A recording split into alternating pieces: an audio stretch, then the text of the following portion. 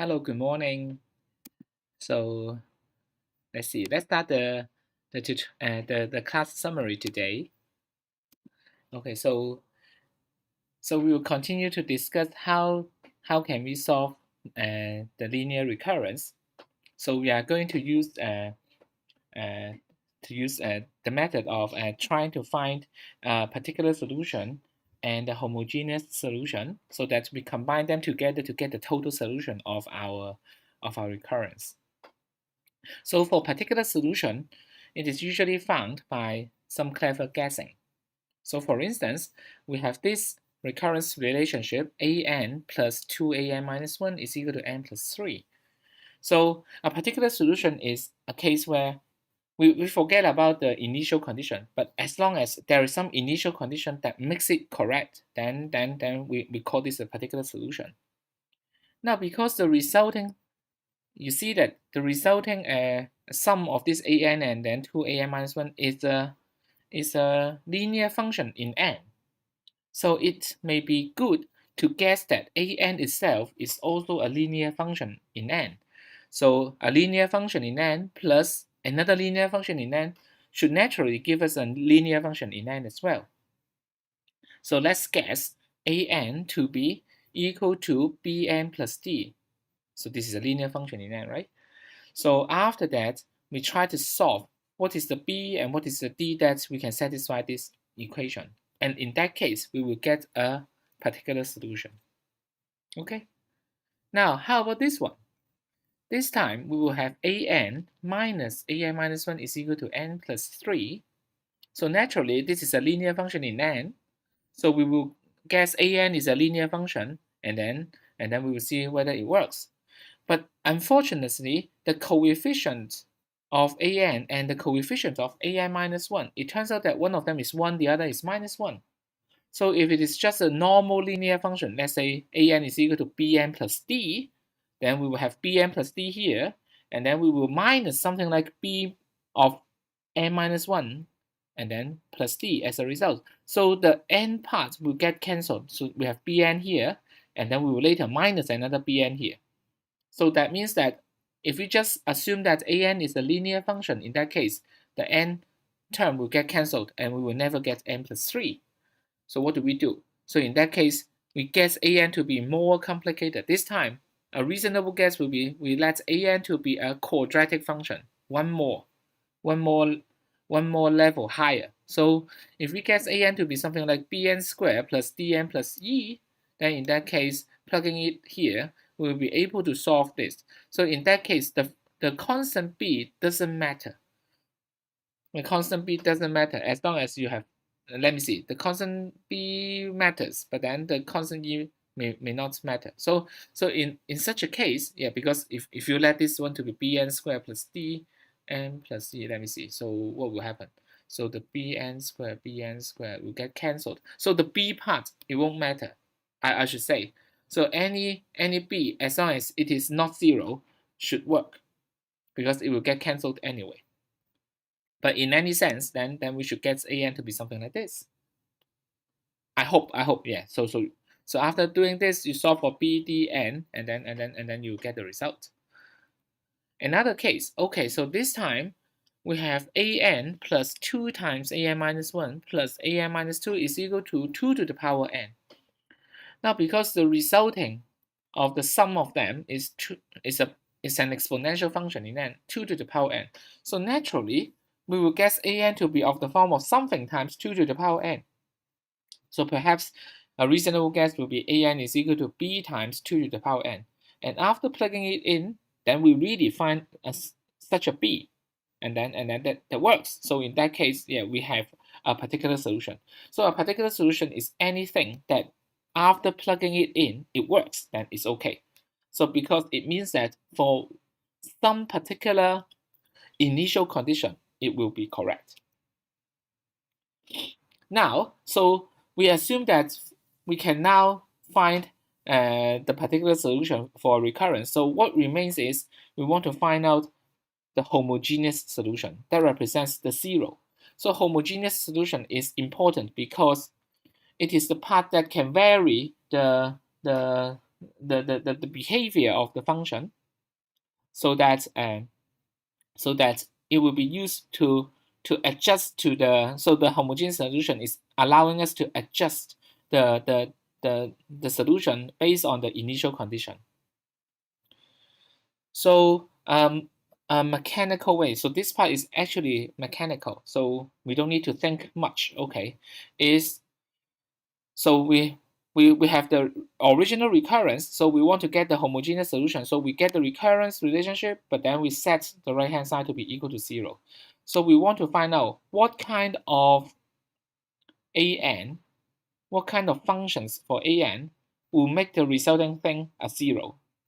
So we want to get what kind of an will make this 0. So the first part that we do here is we translate this part into something called a characteristic equation. So this is a relationship between an minus 1 up to an minus r.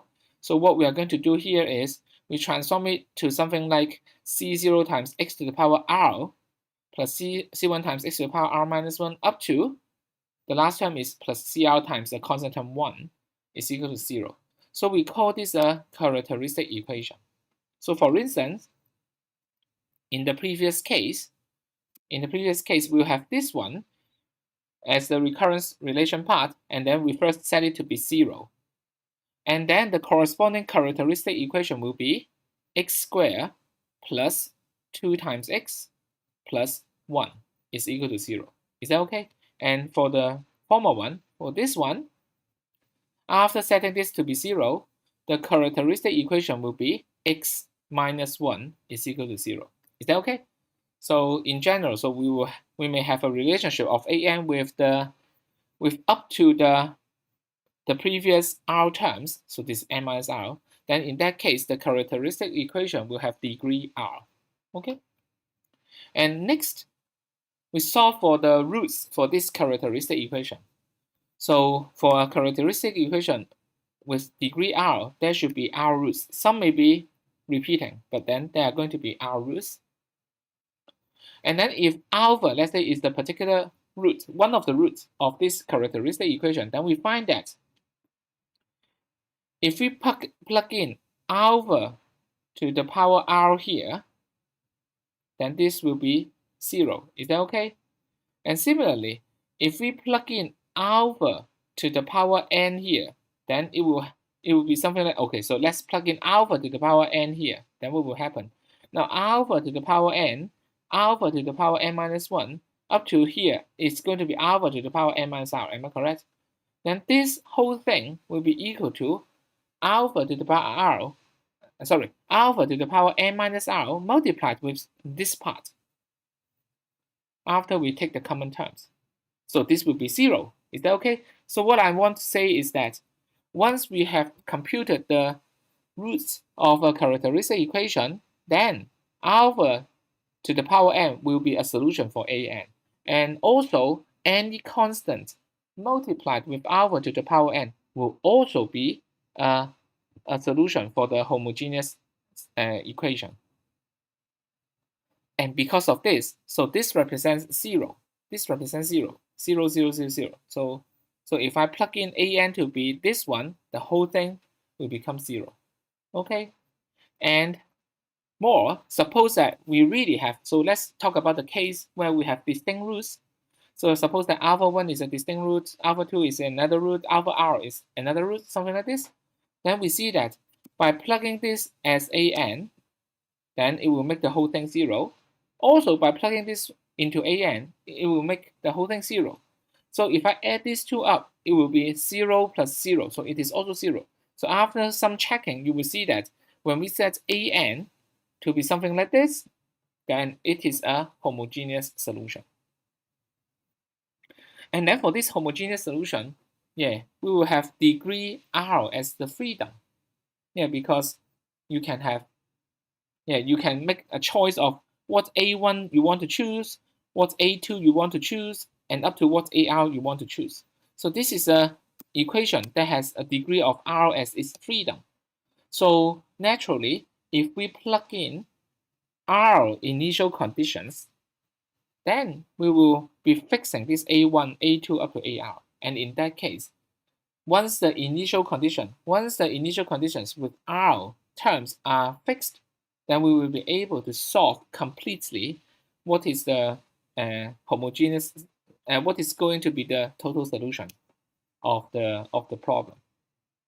Okay, so okay, so now let's see. So how one can do, how can we find the homogeneous solution? Let's do some practice here.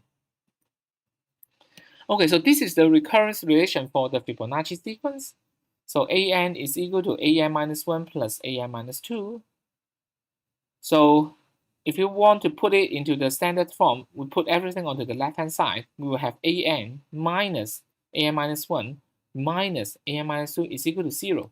So for this Fibonacci sequence, the original recurrence is equal to 0 already. So we can find out a particular solution to be 0. And what it remains is we want to get the homogeneous solution. So the corresponding characteristic equation will be x squared minus x minus 1 is equal to 0. Now, you can put everything onto the left-hand side and get the characteristic equation. Or when you are familiar with this one, then you can see that you can write down the characteristic equation directly here. So by writing down it as x squared is equal to x plus 1. Yeah, that's the same, right? So that's the same as x squared minus x minus 1 is equal to 0. So we can do something like this. And now we find out the roots for this one. So the roots is this one. It is 1 plus square root 5 over 2, and then 1 minus square root 5 over 2. Yeah, you will see that, okay, this is the golden ratio actually. This is 1.618, the golden ratio. And this is the negative of the little golden ratio, 0. So this is minus of 0.618. And so, because this is the root, these two are distinct roots, so we can set up the homogeneous solution to be A times alpha n plus B times beta n as our solution, homogeneous solution. Now, what we know here is that for Fibonacci sequence, let's say A1 is equal to 1, or A0 is equal to 1, A1 is also equal to 1. Then what we can have is, by plugging in n is equal to 0, we will have A0 is equal to 1, and also big A times alpha to the power 0 plus big B times beta to the power 0 is also equal to 1.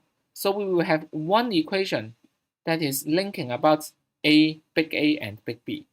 On the other hand, we will have A1, the first Fibonacci number, A1 is also equal to 1. So we will have 1 is equal to A1 is equal to big A times alpha plus big B times beta. So we have two equations that is relating to this big A and big B. So we can solve for them and then find out the solution. So this is what we have. So by plugging it, A0 is equal to 1 and A1 is equal to 1. The first equation that we have is 1 is equal to A plus B. And the next equation is 1 is equal to A alpha plus B alpha. Is that okay? So we have two equations. Alpha is known. Alpha is 1 plus square root 5 over 2. Beta is known, 1 minus square root 5 over 2. So we solve them so we can find what is the big A and what is the big B. So it turns out that the big A is 1 over square root 5 times alpha. And the big B is minus 1 over square root 5 times beta. So in that case, after solving this, we get an is equal to something like this. Notice that this number is between, the absolute value of this one is between 0 and 1. So if n gets larger and larger and larger, this whole term will get smaller and smaller and smaller. So if you really want to use a calculator to find out the nth Fibonacci number, one way is you just compute this term. You just need to compute this term and find the closest integer, because the remaining part will get smaller and smaller and smaller, so it will not affect the integer part. So if you get a number, let's say like I don't know, let's say 20.777, something like this, then in that case the closest integer will be 21. Or if you get a number like 55.3 2001, something like this, then the closest one is going to be 55, and then you get the solution, something like this. Okay. Now notice that if we have a different initial condition, so as maybe you are not talking about the standard Fibonacci sequence. Suppose that you start with 1 and 2 as the initial terms, then you should get another sequence. So 1, 2, and then 3, and then 5, and then 8, something. Also, this is still like a shifted Fibonacci sequence. So suppose that you have the initial condition to be 1 and 4, something like this. Then you will get 1, 4, 5, 9, 14, and then 23, and so on and so forth. Then in that case, we will just solve it with 1 and here, and then 4 and here, and then you will get suitable big A and big B, and then you will get the result for the different sequence with the different initial conditions. Okay. Now the next problem is to evaluate the determinant of this n by n matrix. Now notice that this n by n matrix is very special. It is it has a pattern inside. So it is 1, 1, 0, 0, and then after observation, if you remove the first column and also the first row, you get something that you expect when you see it is like an n-1 times n-1 matrix. So if we set the value of an to be the value of this n by n determinant, then an is related to an-1. And then we can establish the equation of how an and an-1 are related, and then you will find out something like this. So in the end, the target that we have here is we will get a recurrence relation about this an-1, and then an-2. So this is what we can get. Now the characteristic equation for this one is x squared is equal to x minus 1, or x squared minus x plus 1 is equal to 0. So again, we will solve this. Now after solving this, we will find out that alpha is equal to a complex number, and beta is also a complex number. So, but we don't need to worry about it. This method works. So no matter alpha is real or a complex number, it is okay. So the homogeneous solution here will be an is equal to big A times alpha n plus big B times beta n. Here we have two distinct roots, so it is the case. And again, for this problem, so original recurrence is this one. So there is no function of n related to it. So a particular solution of 0 for an works. So 0 is equal to 0 minus 0. So it works. So because the particular solution is 0, and the homogeneous solution plus particular solution is the total solution. So total solution is just the result of the homogeneous solution. So we are now focusing on solving the homogeneous solution, and that will be okay. So what shall we do? Okay, now let's take a look of this alpha. If you check about alpha looks like this.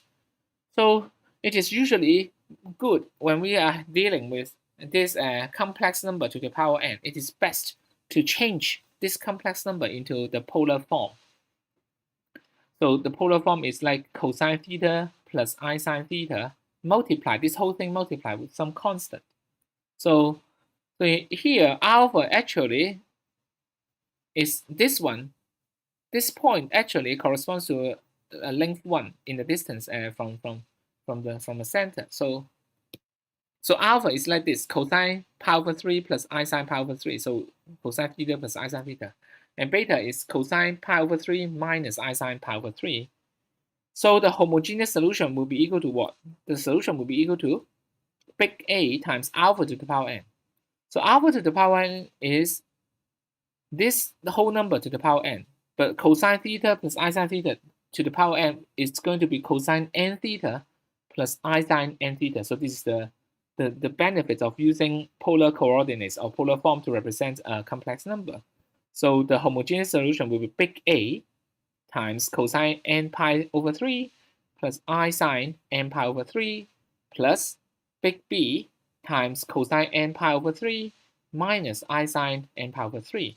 Now, we can solve for what is the A here and what is the B here based on the initial condition. So what can we have? So for the initial condition, we may be setting like what is A1.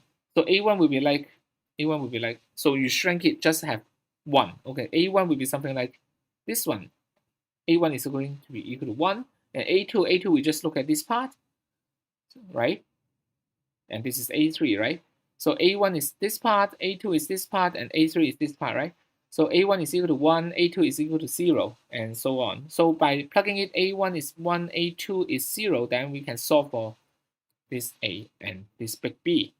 Now notice that the big A here and the big B here, because we're dealing with complex number, the big A and the big B here, they are in general complex number as well. But okay, never mind. After we solve it, yeah, we have A1 is equal to 1, A2 is equal to 0. Then we can solve for A and B, and then we finally got this one. Now, actually, we can have a cleverer method. So here we need to deal with complex number, right? But what we see here is we are always computing determinant. So the determinant value will always be what? It will always be a real number, right? It will always be, you can't get a complex number for this kind of matrix, right? So in that case, and then what we can do here is that we see that after we plug in A to be some complex number and B to be complex number, after we solve them, we should not see any I components there. So what does that mean? So although this is kind of what the little an should look like, it will be in this form. But what we know is that after you have solved for big A and big B, the simplest form will not have any I part. So what does that mean? So here you see cosine, you see sine, you see cosine, you see sine. So after removal of the complex terms, what it remains will be of something like always be some real number times cosine n pi over 3 plus some other real number times sine n pi over 3, right? So we will have some real number times sine n pi over 3. It is because here the A part may contain a complex term. So complex term multiplied with I sine n pi over 3, we will get a real term multiplied with I sine with sine n pi over 3. So in general, the solution of an should be of this form. It should be of this form. And it is really true. This is what we solve. This is the final answer. The final answer is something like this. So maybe there's something wrong here, but whatever. So it will be something like this. So we will see that we can do something cleverer, and then we solve for D and E. And also one more thing, if you look more closely to this term, we have pi over 3 here, right? Pi over 3 is 60 degrees, right? But then we know that 2 pi plus an angle theta is cosine 2 pi of an angle. Cosine theta is equal to cosine 2 pi plus 3 theta, and also sine theta is also equal to sine 2 pi plus theta. So we will see that after 6 terms, then we will have repeating one. So we will have A1 must be equal to A7 and equal to A 13 and so on and so forth. So once we get A1, A2, A3, A4, A5, A6, and then we will have this one repeated as a batch in A7 up to A12, and this part will be repeated as a batch up to from A13 up to A18. So we will have a kind of a periodic cycle here that we will observe in the answers in the sequence of A1, A2, A3, and so on and so forth. Okay, so it is fun to solve this. Okay. Now, so far it is not a complete discussion for our method. It is because we have assumed the characteristic equation has distinct roots. But in general, the characteristic equation could be anything. It may have multiple roots. So for instance, in this case, so we have actually seen one case. This case, the characteristic equation will be x squared plus 2x plus 1 is equal to 0. So we will have minus 1 as a repeated root. So you may have repeated root. So what should we do? Now for repeated root, we have something new as our observation. Okay, so let's get back here. So if let's say if the alpha is a double root, so not only alpha to the power n is a homogeneous solution, we will see that n times alpha to the power n minus 1 is also a homogeneous solution. Because alpha is not just the solution of this particular characteristic equation. Alpha is a double root. It means that alpha is also a solution for the differentiation of this characteristic equation. So if we differentiate the characteristic equation once, so alpha remains to be a root. So in that case, so alpha to the power n is a root, then after differentiation, it will also be a root. So it means that if we plug in n times alpha to the power n, or n times alpha to the power n minus 1, it will still work. So this is the basic idea. Why? You will see something like this. So alpha is something like this, and then we will see that this is true because after you take out the common term alpha to the power n minus alpha minus 1, because alpha is a root to the differentiated version of this characteristic equation. So in that case, we will see that by plugging it n times alpha to the power n or n times alpha to the power n minus 1, it doesn't matter. Because we can have any constant multiply with this one to be correct. So we can assume that this constant, you will divide this by alpha, so it is going to be of the form of constant times n times alpha to the power n. That will work. So when it is a double root, not just alpha n, but n times alpha n will also be okay. Now how about a triple root? So if it is a triple root, we will see that not just alpha to the power n times alpha to the power n also is okay. And then n squared times alpha to the power n is also working. So in general, if alpha is a k multiple roots, so a double root, a triple root, a k multiple root, then we can set an to be equal to some number times n to the power k plus some number times n to the power k minus 1 up to some number multiplied with alpha n. This will also be a solution. This will be a homogeneous solution. So in that case, if alpha 1, alpha 2, up to alpha whatever, they are all the roots of the equation, then, and also alpha j is a kj multiple root here, then we must have this k1 plus k2 up to thing is equal to r, because for a characteristic equation of degree r, the total multiplicity of the roots adds up to r. Okay? And then in that case, if it has k1 multiple roots, then in that case we will have k1 constants that we need to fix. K2 multiple roots, another k2 constants that we need to fix, and so on and so forth. So in that case, again, we will have r unknowns. The degree of freedom is still r. So by plugging it any value of for this a1, a2 up to big ak, and so on and so forth, we will get a different type of a function, and this will so altogether there are r unknowns. So in that case, it can correspond to the r initial conditions that we have not set. Okay, so let's see an example. So for this one, an plus 6 times an minus 1 plus 12 times an minus 2 plus 8 times an minus 3 is equal to 0. So again, the total solution will be equal to the homogeneous solution because the particular solution here is 0. And then, what is a homogeneous solution? So to get it, then we will find out the corresponding characteristic equation to be x to the power 3 plus 6x to the power 2 plus 12x plus 8. And then it is equal to what? We will find that it will have minus 2 as its triple root.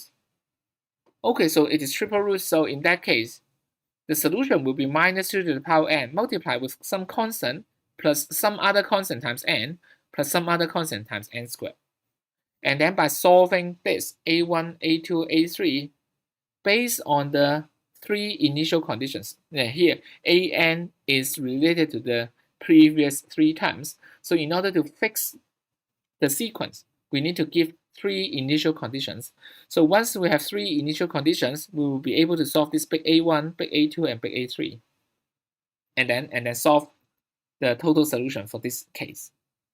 Okay, now we have another example here. This is another case. Okay, so we will we want to come up with the determinant for this one.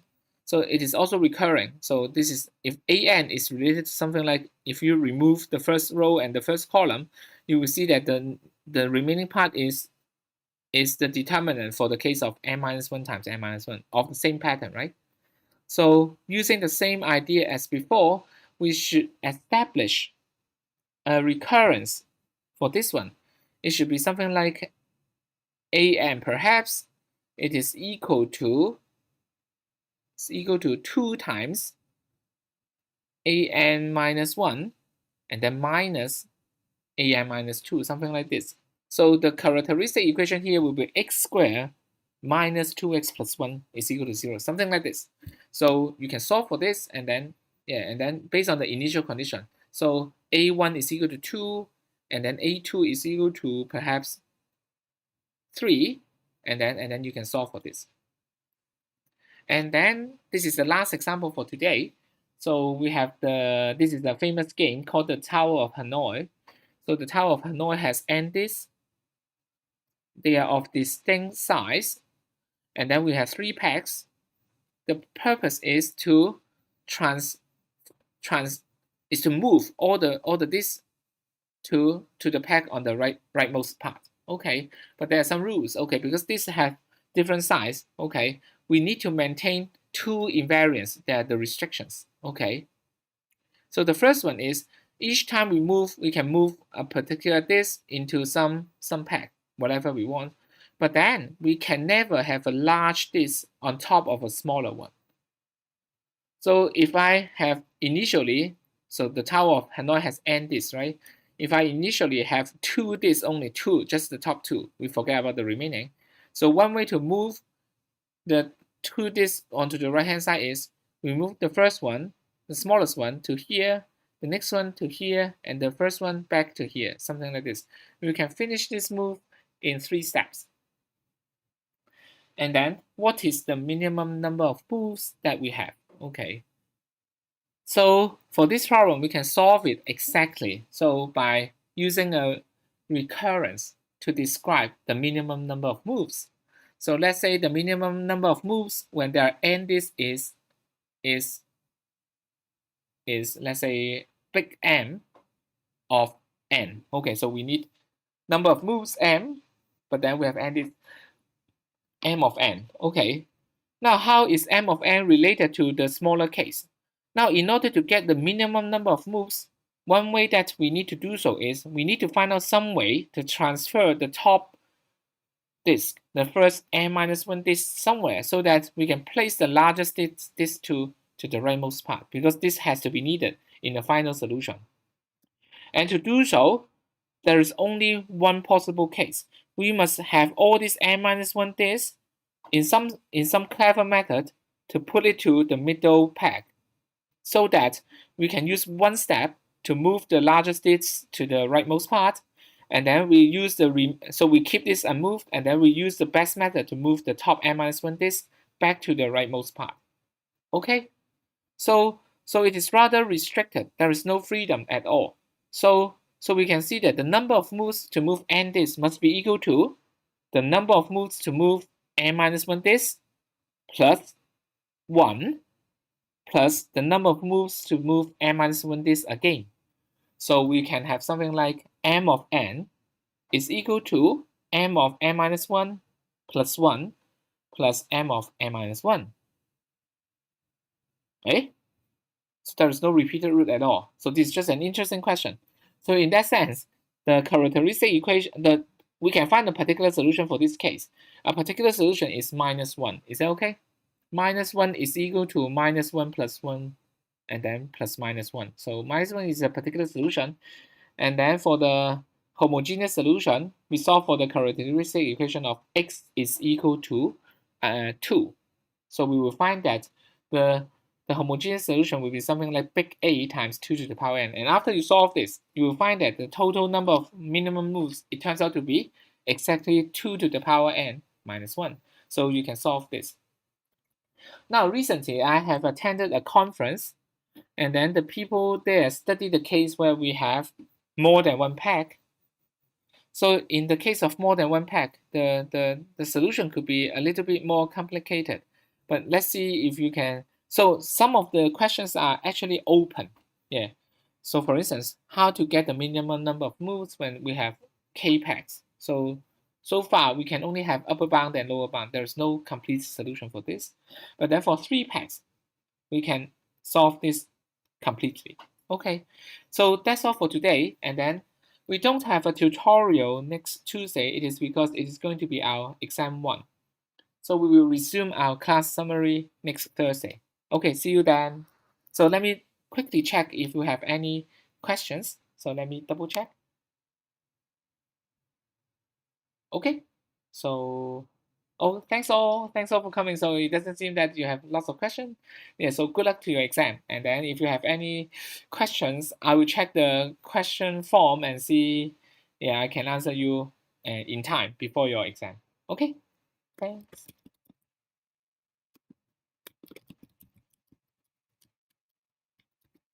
Okay, so I'll end it now. Bye bye. Bye.